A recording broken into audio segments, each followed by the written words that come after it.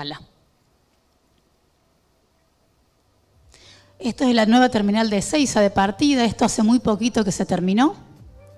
Esto es un gemelo digital. Se ve muy lindo estéticamente, pero de nuevo, es una gran base de datos inteligente para tener el mínimo error posible de información, porque los errores en obras como estas de esta escala son millonarias. De cualquier forma, los errores en cualquier escala y significan mucha plata, pero en este caso en particular, que trabajan muchas empresas, muchas ingenierías en un mismo proyecto, es muy importante.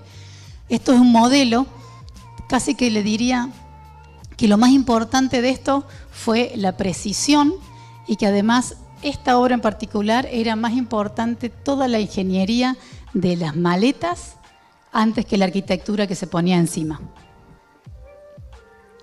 También es importante entender, aquí está todo el sistema de maletas, para que vean la complejidad, que es lo que uno nunca ve. Porque hoy si viajan a Buenos Aires van a ver lo espectacular de la arquitectura, pero lo que hay abajo es todo lo que había que tener absoluta precisión. Todo se integra, todo se coordina, todo se estandariza. Estas son otras imágenes que son muy lindas en realidad, pero que no se confunda de nuevo, que nos sirven un montón, pero sirven para tomar un montón de datos.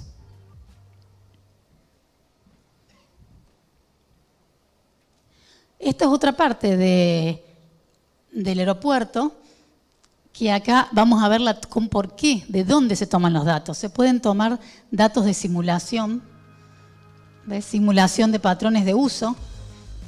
Acá podría haber una bomba, podría haber un incendio, y se estudia y se toma decisiones de qué va a hacer la gente, en dónde se ponen las puertas de auxilio, qué pasa en una situación de contingencias. También se puede medir temas de carbono, temas de todo lo que se les puede ocurrir que es medible. Se toma decisiones de este gemelo digital bajo protocolos internacionales. Ahora, ¿cómo se pasa la base de datos del gemelo digital a la obra diariamente? Esto es nube de puntos. Seguramente han escuchado de esto o lo han visto. Estos son millones de puntos que van tomando datos todo el tiempo y estos datos son compatibles de la obra al gemelo digital porque son compatibles con BIM, con GIS y con CAD también, siempre y cuando estén bajo protocolos internacionales para ir pudiendo pasar la base de datos y corrigiendo el gemelo, la obra, el gemelo, la obra. ¿Y cuál es el concepto detrás de esta magia que se ve? El concepto es BIM, que es Building Information Modeling, como es conocido hace muchos años, pero ya les diría que ya no es más building, porque no es solo para edificios, es para carreteras, es para territorios, es para mineras, y ya no es más modeling porque no es solo modelado, sino que es management, por esto que les digo a cada rato que con esto se toman decisiones. Ahora, ¿cuál es el concepto? Es un concepto que ordena personas, procesos y herramientas de forma colaborativa y trazable. Muy importante. Primero las personas. Primero las personas.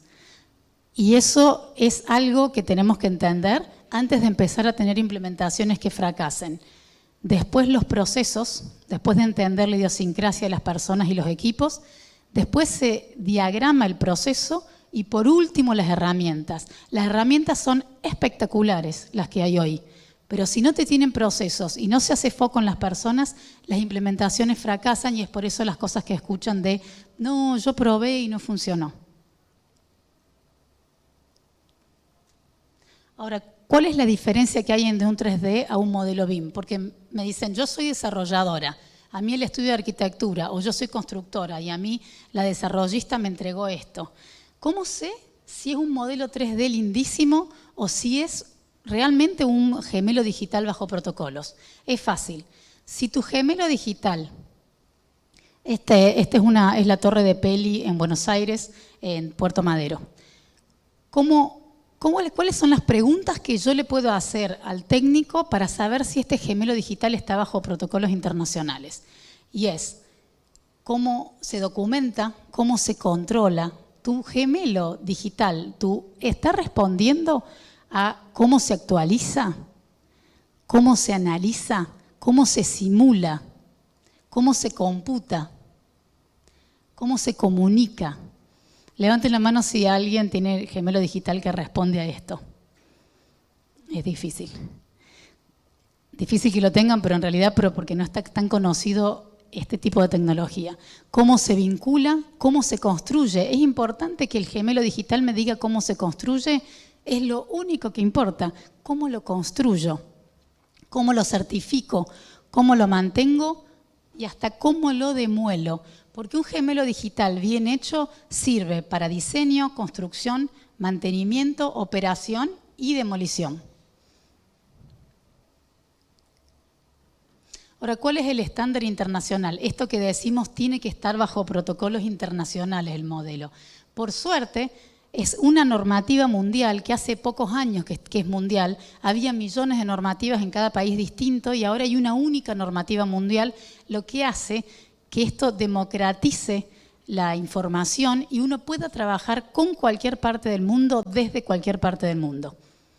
Este estándar se aplica, es lo que decía recién, a diseño, construcción, mantenimiento y operación y cómo se implementa con manuales, protocolos y templates. ¿Esto qué significa? Que la gente puede rotar en la empresa, pero los manuales, los protocolos y los templates, que es una base de datos, quedan en la empresa. Es el know-how de la empresa, no de la persona que contratan. La persona que contratan forma parte de un ecosistema.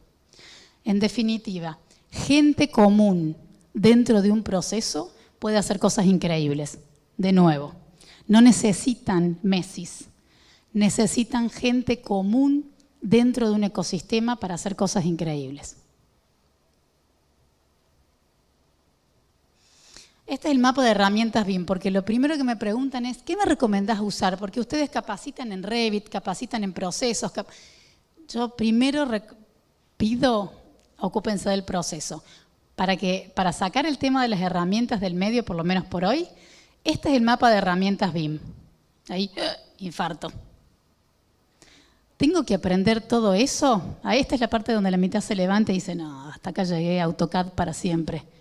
¿Tengo que aprender todo esto? No, pero tienen que saber que estas son las herramientas BIM friendly que están en el mercado. Un tercio es para, como verán, para diseño, un tercio para operación y un tercio para construcción. No es necesario saber todo esto, es necesario saber que hay cosas increíbles en el mundo y si quieren que nos infarte más, esto probablemente en unos años ya esté obsoleto y necesitemos más cosas. Por eso, lo importante antes del shock es que sí pueden trabajar sobre la gente. Todos los problemas que nosotros medimos hace 15 años, todos los problemas se resumen a temas humanos y de procesos.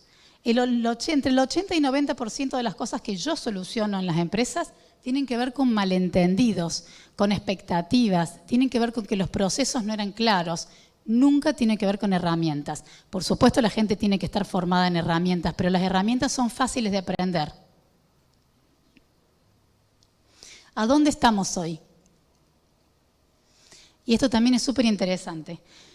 Gobiernos y municipios están haciendo que sean leyes, ya es ley en muchos países que se entregue obras públicas y obras privadas en BIM, que es una muy buena noticia. Porque eso quiere decir que se está ordenando por primera vez en la historia el rubro de la construcción de manera mundial. Ahora, muchos están a punto de serlo y muchos van a ser en unos años. Depende de la velocidad de que los gobiernos quieran transparentar los procesos. Antes de ayer en España salió la ley BIM, se aprobó la ley BIM para licitaciones de gobierno, antes de ayer. Y esto dice que a partir de abril del 2024 es obligatorio en España entregar los modelos con BIM. Y hay un plan de 2024 a 2030 progresivo de cómo se va a ir haciendo en todos los sectores. En ese camino están un montón de países, tienen que saberlo, por eso de alguna manera hemos tenido récords de inscriptos en capacitaciones, porque en definitiva esto no vas a poder decidir. La decisión es cuándo te subís a ordenar o cuándo no. Pero en definitiva, se los adelanto, es una buenísima noticia. Vamos a ordenar el rubro. Y aparte de todo es colaborativo y trazable. Las empresas y profesionales están pasando a BIM por una razón muy simple. No es porque se vea lindo, es porque es rentable. Se capitaliza con los procesos la calidad de la cantidad de horas que trabaja la gente y en el acto esto se ve en la rentabilidad. Y los estudiantes es más simple todavía. Todas las empresas de nivel hoy están pidiendo que los estudiantes sepan BIM, pero no que sepan Revit avanzado, que es la herramienta, es que sean BIM coordinators, BIM managers o BIM modelers, o sea, que sean modeladores, coordinadores o managers en BIM. De nuevo, las empresas que están en el proceso no solamente se fijan en herramientas, sino se fijan en qué es capaz de hacer la persona. Estudiantes es lo que más tenemos, pero en realidad es porque son los más fáciles de cambiar. Y un dato interesante, y lo puedo decir yo porque soy arquitecta. Cuando nosotros damos esta conferencia en un congreso de ingeniería civil, un estudiante de ingeniería civil pasa a averiguar cómo es un curso o cómo es una consultoría dentro del mes que dimos la conferencia. Un estudiante de arquitectura de la misma edad, del mismo país, y lo hemos medido, más o menos demora 1 año en hacer la consulta. ¿Por qué? Y no es el espacio para hacer chistes entre ingenieros y arquitectos, pero tiene que ver con que los arquitectos nos encariñamos con la forma de trabajo y el ingeniero es naturalmente operativo. Es la naturaleza de su profesión. Entonces, es más fácil de hacer el cambio. De nuevo, el problema no es técnico, es 100% humano. Ahora, ¿qué nos pasa ante el impacto de esta nueva metodología? Y es esto lo que yo hablaba de los arquitectos. Lo primero es la resistencia, primero es la negación, después resistencia, después pasa por exploración, después para aceptación y después hace un proceso de bajada hasta poder implementar. Pero pasa por ese proceso como cualquier proceso de cambio. Entre el impacto, el tema es cuánto lleva entre el impacto y la implementación, cuánto tiempo les lleva, y por eso les adelanto, es importante reaccionar lo antes posible ante un ordenamiento que hay mundial. Ahora, algunos datos de lo que no hay vuelta atrás, por lo menos son los que a mí me resultan más fuertes cuando escuché sobre este concepto. Antes, a cualquier profesional le llevaba un 20% del tiempo definir y un 80% documentar. Cuando yo entendí eso, que es independiente a la edad o independiente a la experiencia, un promedio de 20-80, cuando uno realmente estudia para definir todo el tiempo, el documentar es una pérdida de tiempo, en realidad no nos saca tiempo nada más. Hoy, con este tipo de herramientas, el mismo profesional o el mismo estudiante puede usar el 80% del tiempo para definir y con el 20% del tiempo es suficiente para documentar. De nuevo, misma gente en una misma empresa puede hacer muchísimo más de lo que están haciendo hoy. Antes se hacía versionado. ¿Qué quiere decir esto? Mando por mail mi información, mi plano a un colega donde dice final. Llegó a las 12 del mediodía, la persona lo toca, modifica cosas y lo vuelve a mandar por mail al profesional que se lo mandó y le puso final 1. A las 3 de la mañana, que es la hora que yo tenía para trabajar, lo reenvié a los que lo tenían que ver y le pongo final 3. Pero se cortó internet, entonces hay que esperar hasta la mañana a preguntarle, ¿te llegó el versionado 3, el 4, el 5? No sé, fíjate que le cambié la columna. Esos problemas de comunicación no existen más. Y me quedo tranquila si se van con esta idea para aplicar mañana. Hoy todo está en la nube. Cuando uno llega hace arqueología del Gmail y tiene el final, te juro que nunca más, ese es el límite. Hoy los modelos se guardan en la nube, las nubes son gratuitas, son únicas versiones de lo último que se hizo con el historial para atrás de las modificaciones. ¿Quién lo hizo? ¿Qué hizo y a qué hora? Pero es único versionado, donde uno empieza a sacar base de datos. El trabajo es en la nube. En definitiva, con la misma gente se puede duplicar o triplicar la cantidad de trabajo, que eso no significa que vamos a echar gente, significa que aumentamos la productividad de cada uno de los profesionales. Ahora, ¿cuál es la diferencia entre una expresión y de deseo y un plan? Perdón, ¿cuál es la diferencia? Dije el chiste. ¿Cuál es la diferencia entre una expresión de deseo y un objetivo? Ahí lo dije. Un plan. El plan es importante entenderlo, no es que hace falta tener gobiernos, municipios. Un plan es, voy a empezar a capacitar mi gente, individual, voy a empezar a capacitarme yo. ¿Cuál es el primer paso? ¿Cómo hago un proceso? Yo ya tengo BIM en mi empresa. ¿Cómo es el proceso? ¿Qué tengo que ajustar?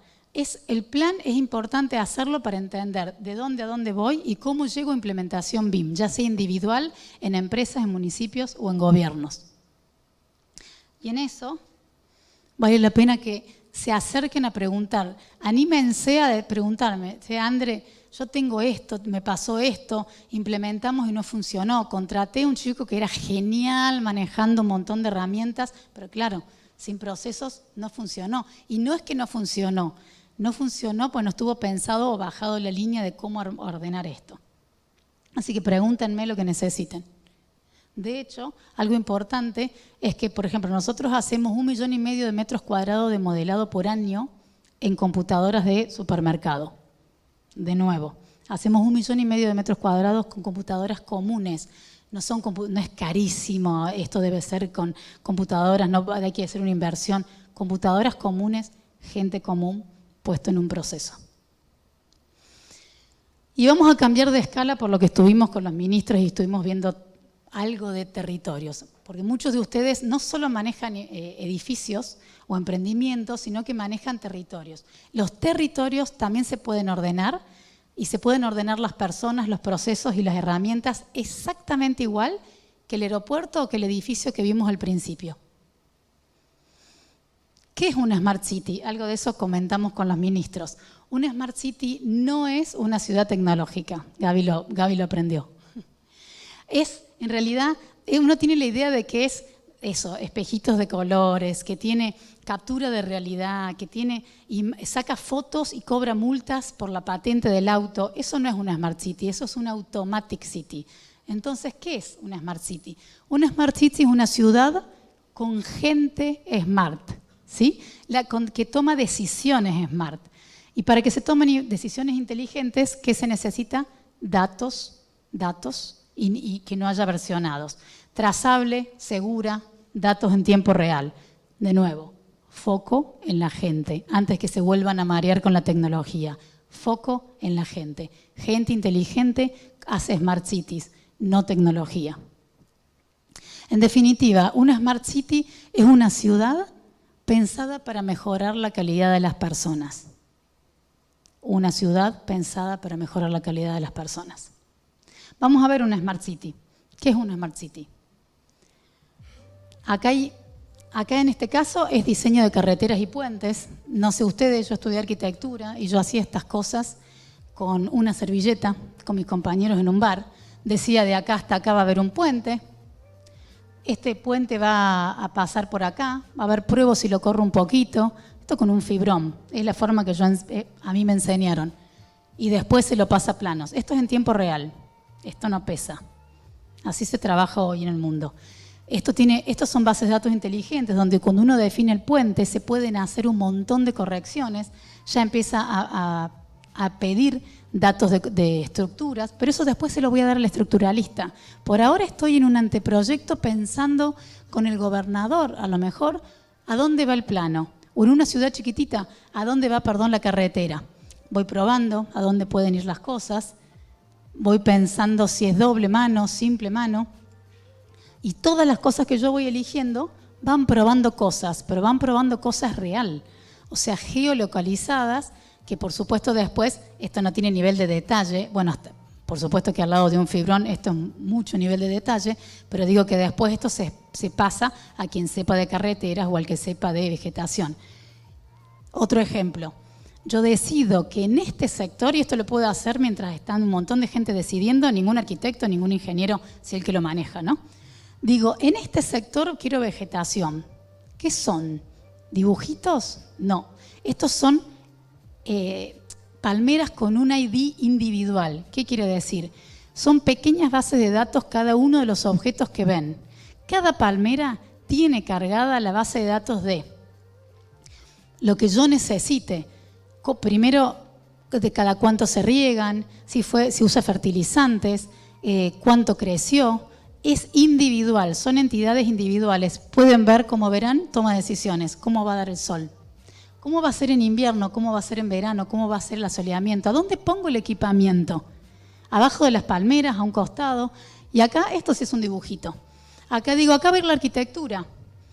Quiero que tenga 2 pisos, 3 pisos, 4 pisos, no sé. Quiero que acá vaya el hotel. Por supuesto, acá no hay diseño todavía. Es, de nuevo, es la hoja de servilleta en el papel.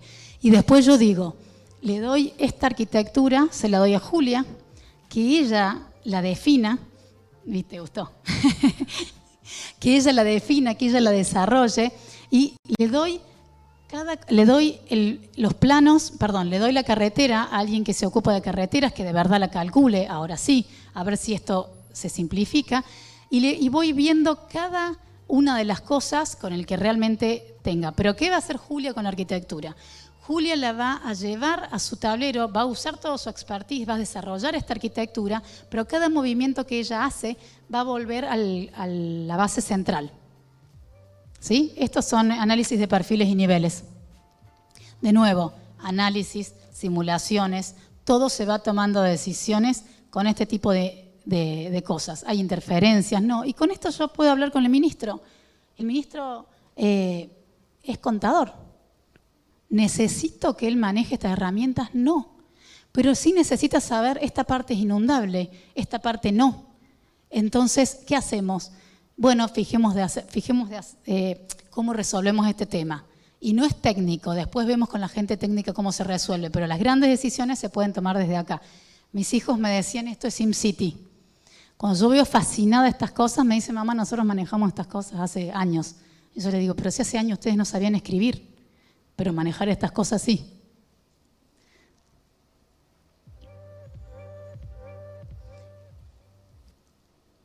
Perdón, hice lío. Vamos a meternos en una calle. A ver, ¿qué quiere ver en una calle?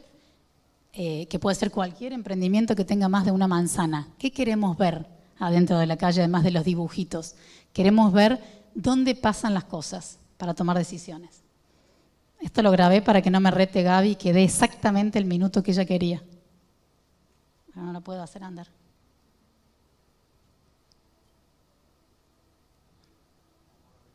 No.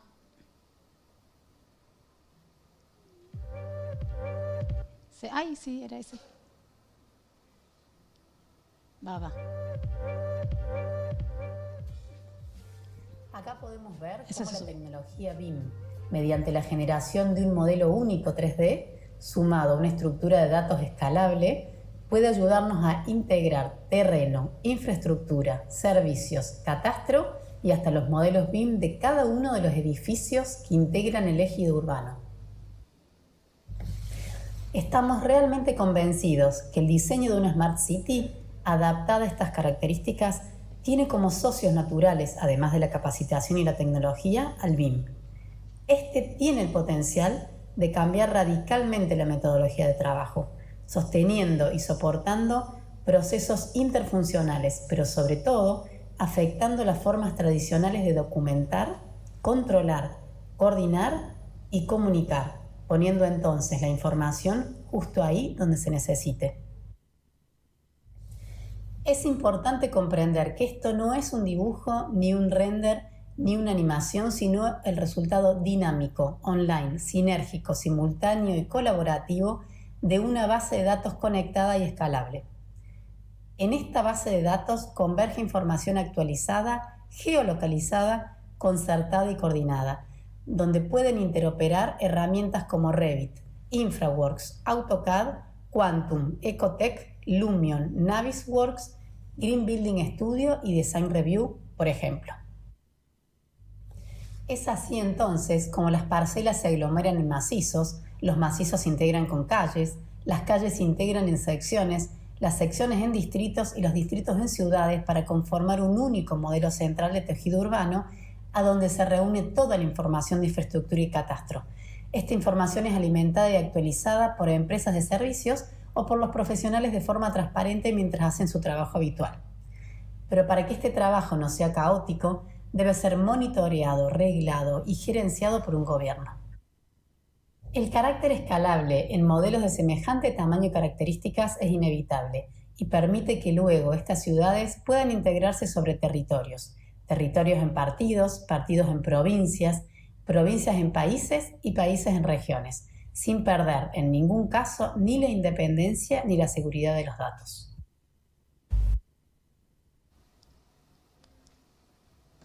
¿Cómo se gestionan los datos? Lo que están viendo se gestiona así. Lo vamos a ver muy rápido, que en realidad simplemente la lógica es esta. Si ustedes compran 4 cajas de libros, ¿en qué biblioteca se ponen? O se compra primero la biblioteca y se calcula cuántos libros van a entrar. La lógica es la misma. Uno define primero la biblioteca y después empieza a poner los libros. Acá uno define cuál es la ciudad, se la georreferencia y se empieza a que cada actor de la ciudad ponga geolocalizado el proyecto que le toca. Hacia eso va el mundo. Y lo vamos a ver rápido simplemente para entender el concepto. Todos los planos, todo está geolocalizado y esto hace para un municipio que cada profesional o cada desarrollista entregue la base de datos de su proyecto y esto se pinche en una gran maqueta de maquetas a donde, les diría, el día siguiente un municipio puede cobrar impuestos sobre lo que ustedes trabajaron. Entonces, ustedes trabajan, todos trabajamos para actualizar una base de datos viva. Son tramas, son nodas, esto es una forma simplemente de estructurarlo. Se estudian las calles y las barras. Ahora, ¿qué se hace con la información existente de la ciudad? Porque esto es lindísimo cuando empezamos de cero. Ahora, si yo empiezo mañana a relevar Asunción y a querer implementar mañana, yo tengo 2 cosas. Todos los planos que entren desde mañana y todo lo que ya existe en Asunción. ¿Cómo se hace compatible eso? Una de las formas, esto es en México, es captura de realidad urbana. Esto es tecnología LIDAR. Estos son miles y millones de puntitos con un objeto que es como una botella que da vueltas y manda el dato cuando hace contacto con algo. Millones y millones de puntitos que van siendo bases de datos que es compatible con la base de datos nueva. Ahora, estas bases de datos, de nuevo, bajo protocolos internacionales, pueden ir y venir todo el tiempo y son pro BIM, pro CAD, pro GIS, pero todo es siempre y cuando esté bajo bases de datos para poder cruzar un montón de herramientas y tecnologías. Esta es una estructuración interna en municipios. Voy a ir muy, muy rápido por una cuestión de tiempo. Es simplemente para que les quede la idea de que en un municipio no es más o menos, se piensa el proceso y este es un ejemplo. Acá está el municipio, está el diseño, proyecto, construcción, mantenimiento, catastro, todas las áreas de la municipalidad. Y lo importante que les quede la idea es que la operación es descentralizada, pero la gestión es centralizada. Todos los datos son descentralizados y la gestión centralizada. Siempre estamos hablando de hacer manuales, protocolos y templates para que todo esté alineado en el municipio independientemente del partido político y la gente que entra y salga. El know-how queda dentro del municipio igual que en un estudio de arquitectura, igual que en una constructora. Esto es simplemente para trabajar entre varios municipios, voy a pasar muy, muy rápido. Manuales, protocolos y templates. Esto es de la línea municipal para adentro y para afuera, cómo se va trabajando obras particulares, escuelas. Esto es quién comparte información con quién. Y de la línea municipal para afuera, agua, servicios. Todo esto son datos que van interactuando. Esto simplemente acá se ve dónde se toma la decisión. ¿Hay que comprar soft, licencias? Depende dónde, depende qué, depende si se terciariza. Muchos nos terciarizan a nosotros justamente porque no quieren aumentar la cantidad de gente, se terciarizan partes y los soft los pone la empresa a la que se le terciariza. O sea, no compran soft, sino que usan el soft de lo que han terciarizado la mano de obra.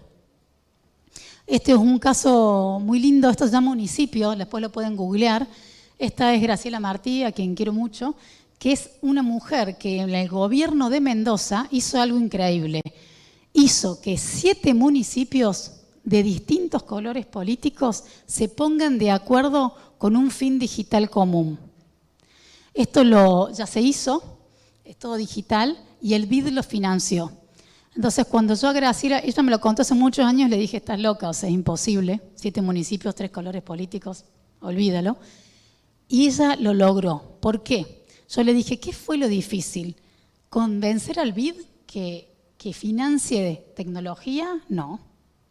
¿Convencer a la gente de gobierno a que meta innovación en los municipios? No. ¿Qué fue lo difícil de esto? Y me dijo, lo difícil fue lo único que yo sé hacer, que es ocuparme de la gente.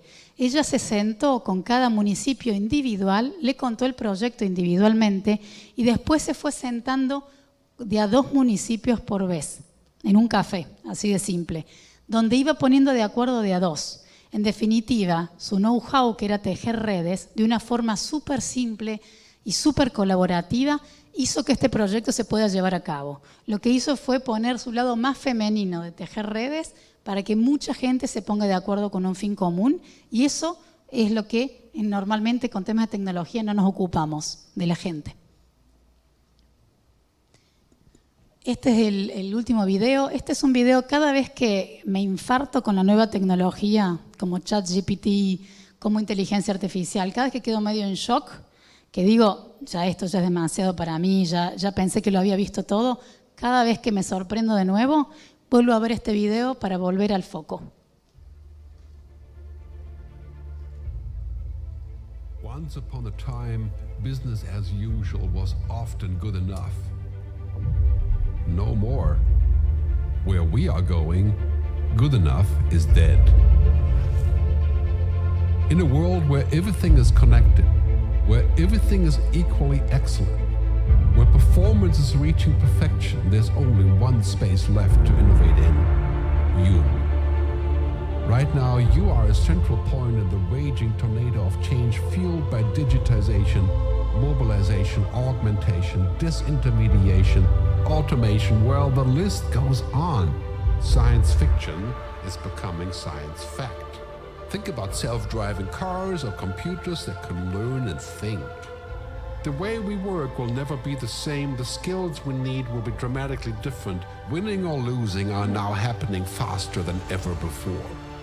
So what's your response? How will you discover new opportunities in one of the most transformational times in human history?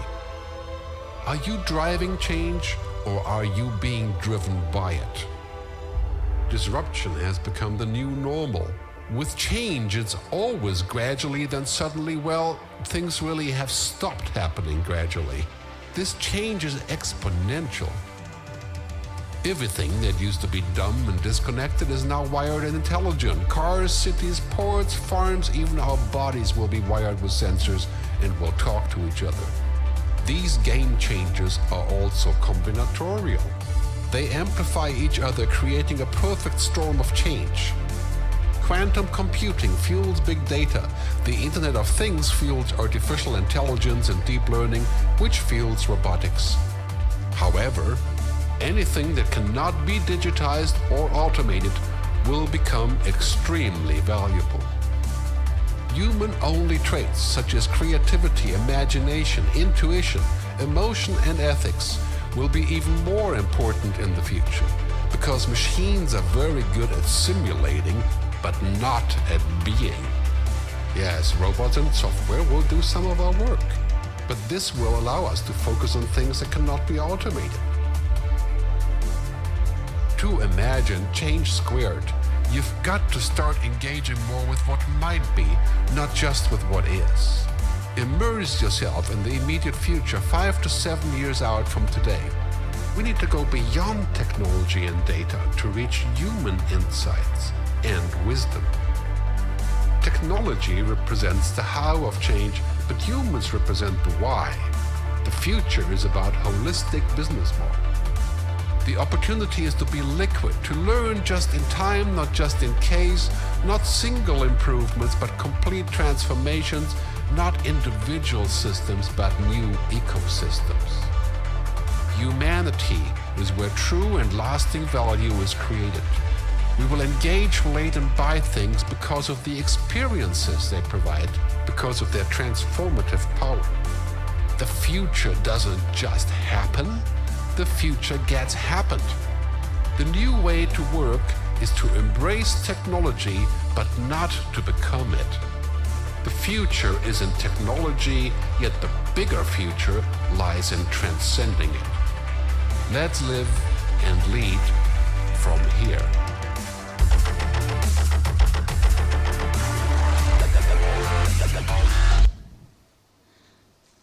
Conclusión, foco en lo humano. Lo que nadie va a reemplazar son las características individuales humanas. Y lo bueno es saber que eso sí tenemos y que no hace falta aprender 1.000.000 de herramientas. Y en definitiva, ¿de qué nos sirve ordenar personas, procesos y herramientas? ¿Para tener qué? ¿Cuál es el único recurso que no se puede comprar? ¿Cuál es el único recurso que no podemos comprar? Tiempo. Para esto lo uso yo. Muchas gracias.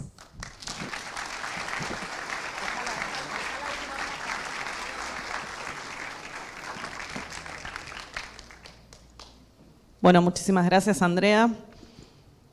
Ahí les dejamos los datos de contacto.